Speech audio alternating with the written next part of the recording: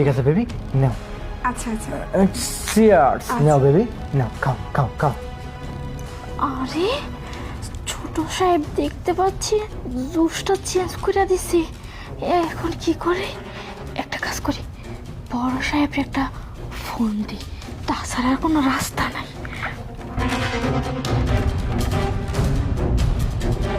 Hello বড় সাহেব, সোরার না কি কইতেছি, মানে ছোট সাহেব আছে না, ছোট সাহেব একটা বাড়িতে মাইয়া নিয়ে আইছে। ওই মাইয়ার সাথে বসে গল্প করতেছিল, একটু পরে দেখি জুসের মধ্যে সে কি জানি বইরা মিশাই দিছে। আপনি এক কাজ করেন, আপনি তাড়াতাড়ি বাসায় চলে আসেন, এত কথা ফুটে খাওয়া যাইতেছে না। ঠিক আছে ঠিক আছে, আমি দেখতেছি, আপনি তাড়াতাড়ি আসেন। আচ্ছা। জুসটা না খুব মজা ছিল, আসলে খুব ভালো হয়েছে। এই জন্য তুমি বাবা খেতে বলছিলে তাই না? এটা খাবা না বেবি?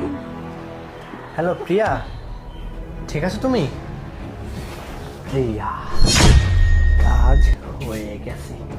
জানেমান, তোমার পিছনে আমি অনেক সময় নষ্ট করছি শুধু তোমাকে আমার এই রাজ্যে আনার জন্য। যাই হোক, তোমাকে আমার রাজ্যে নিয়ে আসছি, এখন দেখি কাজের মেয়েটা কোথায়।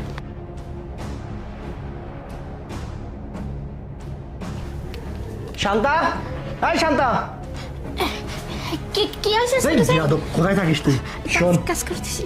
এক কাজ কর, তুই এই রুমের ভিতরে থাক, বাইরের আন্দায় থাকবি, বেশ ঠিক আছে? বুঝতে পারছিস?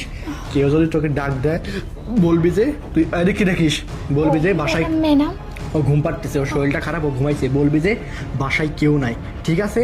অন্য কাউকে বাসায় ঢুকতে দিবি না, আর আমি না রুম থেকে বের হওয়া পর্যন্ত দরজা নক করবি না, ঠিক আছে? যা।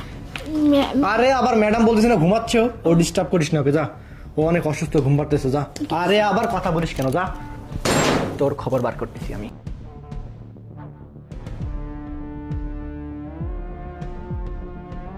আসো বেবি, আসো আসো। জানেমান, তোমাকে অনেক কষ্ট করে পেয়েছি আমার কাছে, তুমি শুধু আমার, তুমি শুধুই আমার জানেমান, তুমি শুধুই আমার। তোমার সাথে আজকে আমি মজা করব, মজা, তুমি শুধুই আমার, বুঝতে পারছো বেবি? তোমাকে আজকে আমি কি যে করবো, দরজাটা লাগিয়ে দিয়ে আসি।